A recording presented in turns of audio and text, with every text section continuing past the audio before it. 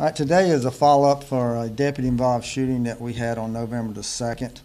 I think it's important that we let the community know some of the facts that we've been able to determine happened that day. I think the community needs to know, and buzzword today is transparency, and this is a way to be transparent. I know I had a press conference later that day on November the 2nd, gave out some information. One bit of information I gave out was incorrect. We discovered that, so we'll want to correct that.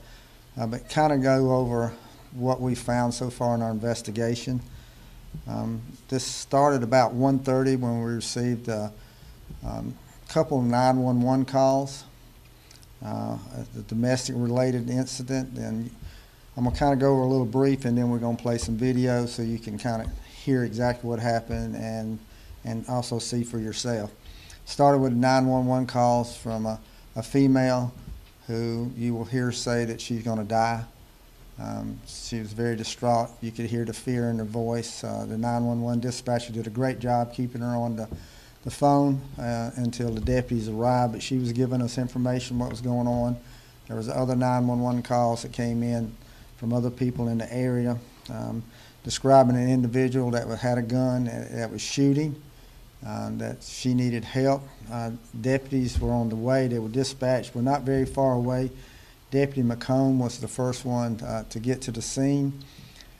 As he pulled up and parked his car to his right was another vehicle. It was a silver Charger. You'll see that in the pictures. An individual male was standing there that fit the description that we had been given by the victim that called in.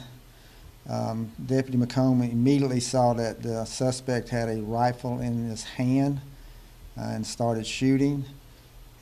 What we've discovered, he was not shooting the rifle. The rifle had jammed. It would not shoot, but he had a pistol in his other hand.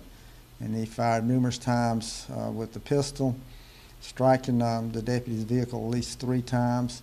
We matched the bullets that we found inside the deputy's vehicle to the 9mm pistol and shell casing that we found at the scene. We also put the suspect's DNA on the pistol, which puts the pistol in his hand. After he fired at the deputy fired back, striking the suspect in the elbow. He then ran to a porch of an adjacent house and grabbed a lady and took her hostage. You can hear the deputy in one of the body cams saying that he's got a hostage. The husband of this lady, you'll see, assisted us by getting the rifle away from the suspect, and he carried it in the yard and laid it down. Deputies then approached the suspect, who still had the lady, who still had her by the throat and was choking her, and our deputies had to use force to get him away from her. They attempted to use the taser. The taser wasn't successful, so they started using physical force and was able actually to get him away. We're very fortunate. I'm not standing here talking about having a funeral for a Richland County deputy. It wasn't because Michael Dennis, who's the suspect, didn't try to kill our deputy. We're very lucky. You'll see one of the bullets went through the windshield and hit the computer that's in the car, which is right close to where the deputy was sitting. So we're very lucky. Through the grace of God, the deputy did not get injured. We were able to apprehend the suspect without the lady that he had hostage being seriously injured. While she might not have any physical injuries, you can just imagine a shooting happening right beside your house, and then you're being taken hostage and you're being choked out by the person who did that. So I'm going to show some of the videos and try to point out a few things to you. This is an original 911 call. 911, where is your emergency? I'll go down. They shooting. Hold on. They shooting at me. Hold on. Hold on. Hurry up, my baby shoot. Okay, ma'am. Who's shooting at who? I don't know. Hurry up. Hurry up. It's in my yard. Yeah, in my yard. They knock on my door. Hurry up. Hurry up, child. Sit him down, please. My baby here. Stay on the line with me, okay? They shooting at you now or somebody? That's somebody else.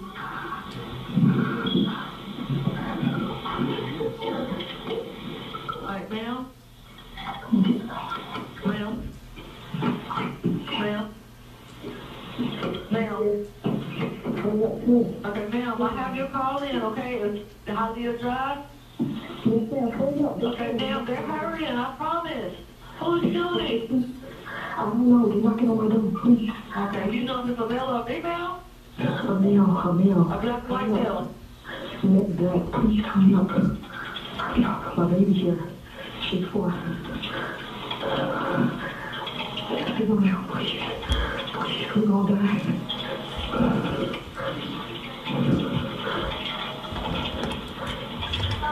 She's gonna die now. All right, ma'am, what's your name? Do you know this person? No, please hurry up. Okay, ma'am, they're on the way, okay? Okay, we don't got much time. So try to stay on the line as long as you can, okay? It's not the young. Okay, how many people, ma'am? Like 4. They all males? Yes, ma'am. All right, all Now, please, get outside, hurry up. Okay, hold on. All right, ma'am, the one that's shooting, do you know what he's wearing? No. Hurry up, please, hurry up. They keep going on. No, you don't know what they're driving, correct? No, I don't.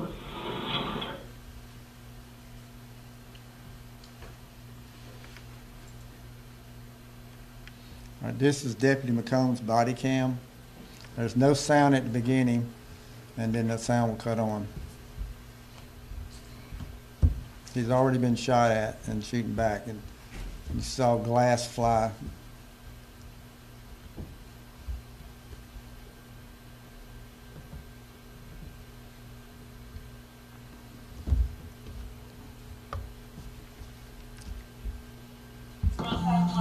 Hey, drop it! Hey, you better get out on the ground right now! Hey, we're good. Drop it! What? Hey! That's fine. Hey, listen to me. Okay, hey, you and you, lay down right there. Lay down right there.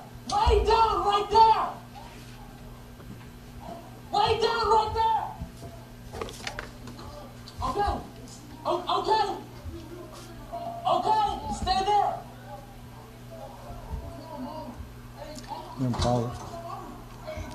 There's where the action.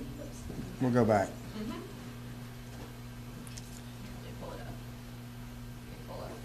And I'll start pointing some things out to you. All right, this is where most of the action is coming. This is the silver car where the suspect was standing when he was shot at our deputies, and you'll see the bullet holes there. But he runs from this car to this house, and there's a little porch in front of this house, and this is where he's got the lady and is holding her hostage. The 2 other individuals that the deputy's yelling at were right there too, so he doesn't know if they're involved or not, so that's why he's ordering them to come over here and get here. You'll see an individual, a black male without a shirt on. That is the lady that's been held hostage. That's her husband. You'll see as we play the tape what he actually does, rescues the gun. Hey, we're good. Drop it. What? Hey.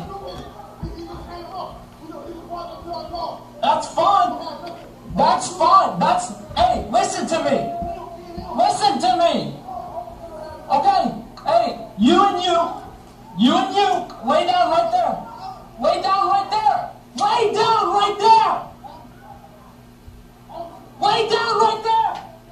Their mother's the one actually being held hostage. Okay,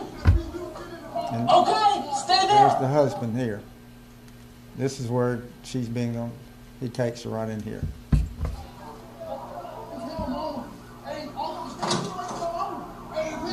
I need people. Guys, where are my units?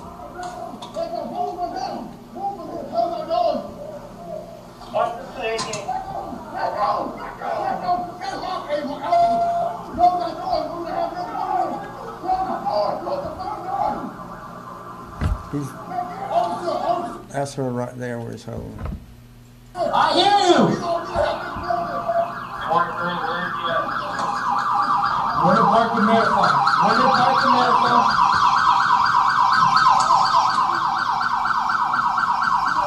Suspect is wearing a green jersey, white shirt, green basketball jersey, as a hostage. Right there!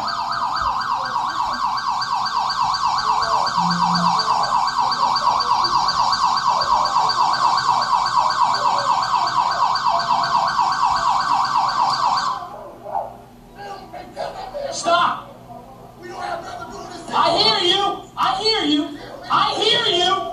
I hear you! Stop!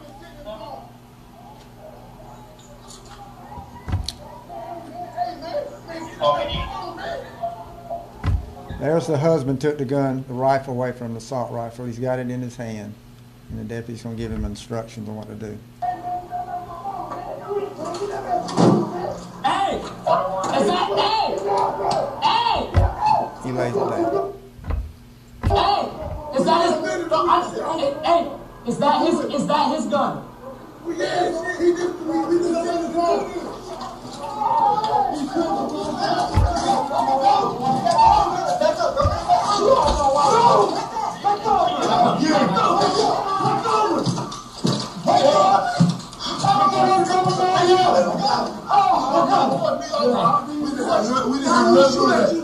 We don't have nothing going on. Why he shoot at you? Nothing. We don't have different call. We don't know. He just got out. Yeah, he just started shooting at old, but I won't have nothing to do with it. I swear to God. We just chilling.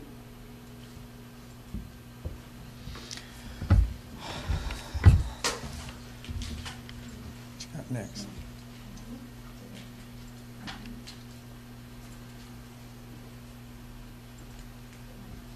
All right, this is our deputy's car.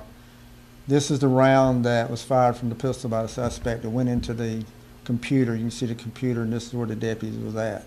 Have a round that went through here and flattened the tire, and the one went in the door. We were able to match those rounds up with the 9mm pistol that we found on, you'll see in just a minute, by the porch where he grabbed the lady. This is the assault rifle that he was hit. You'll see there's 2 magazines. It's been taped together, which gives you multiple rounds. 2 bullets tried to go in at the same time, which jammed the gun, so that gun was not able to be fired. That's the stolen gun. This is the porch. You can see the blood from his arm where he was shot. This is where he had the lady. And this is the pistol that he was shooting that we found. And there's a little close-up.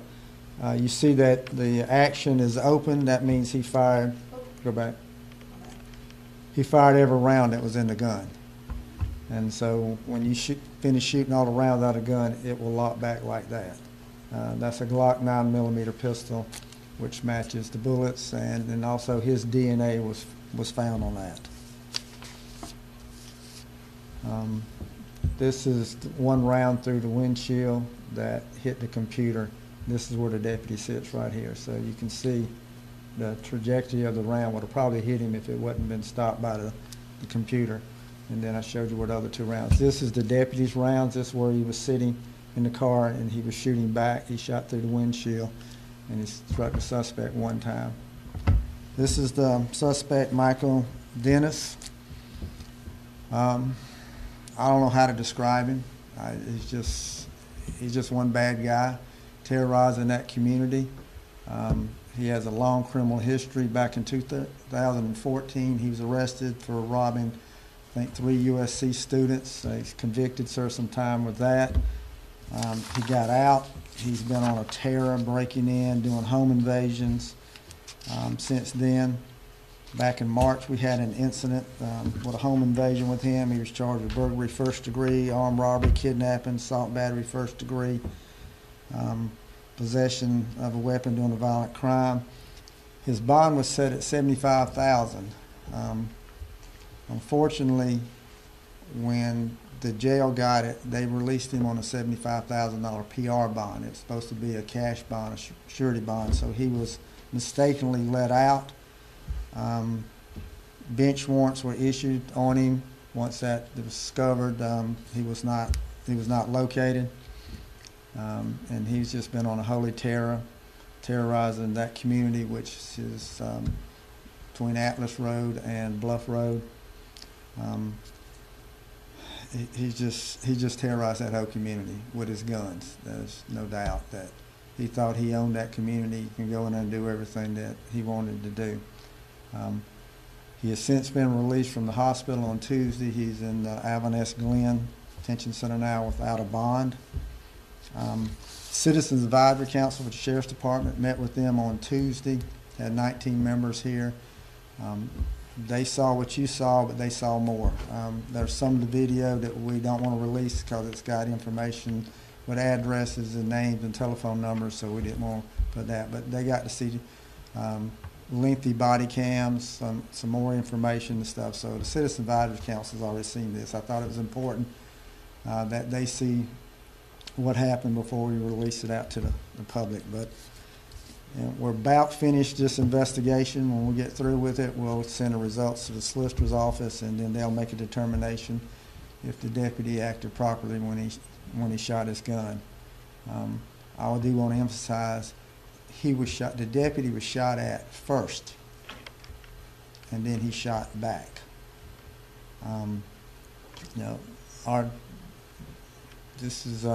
We did an investigation recently for SLED on a shooting they were involved in. Same as we did this one. We get all the facts, we get all the information, and then we submit that to the solicitor's office and make a determination.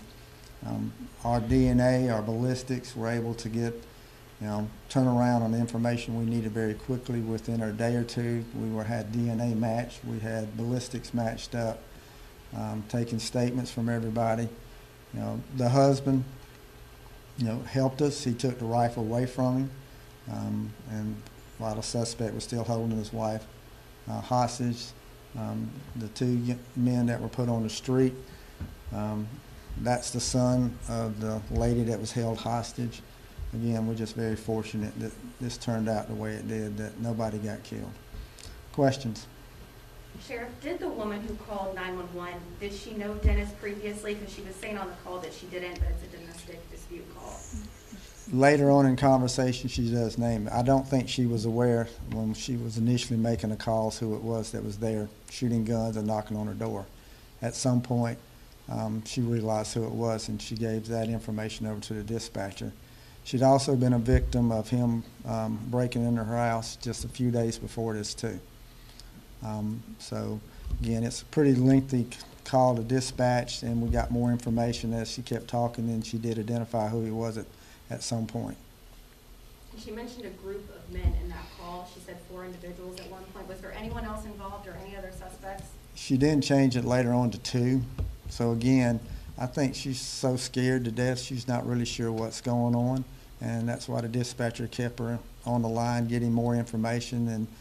And again, we've talked to her, so we've got the correct information. But, she didn't know exactly everything that was going on. All she knew was there was shooting going on. You can actually hear gunfire while she's on the phone. It's a very dangerous situation. Was he shooting at her house or into the air? He just shooting in the air, we believe. Again, just terrorizing her and terrorizing that community. We get calls from that community on occasions where people just come and just shoot. He's responsible for a lot of that. Again, he's just been a holy terror. And Sheriff Lott, you can clarify, you said that he was arrested and then mistakenly released. If you can kind of clarify that in your case now. Circuit Court judge set a $75,000 bond on him that was supposed to be surety or cash bond. And, somehow he was released on a $75,000 personal recognizance bond, which means he didn't have to post anything. He's supposed to have an ankle monitor on and be under house arrest. The ankle monitor never was turned on, and he definitely didn't stay in his house. So right now he has no bond set on him. The circuit judge has issued another bench warrant on him, which means he can't have a bond set on him. So, our goal is keep him in, that he's not going to get out. We've already seen what happens when he gets out. Your deputy remains pretty confident that his entire ordeal as best he can, and when you get shot at and things of that nature. What do you have to say about his? What did you see in that, and what do you have to say about that? Very professional. Very proud of him. I think his training. You just saw what happens when someone's under stress, you resort back to your training. So the way he reacted was how he was trained to do. Again, that's what the Citizens Advisory Council comments were, just how controlled he was of his emotions. You know, it was a chaotic scene. You just got shot at, you know, and you got somebody being held hostage. You got people running around.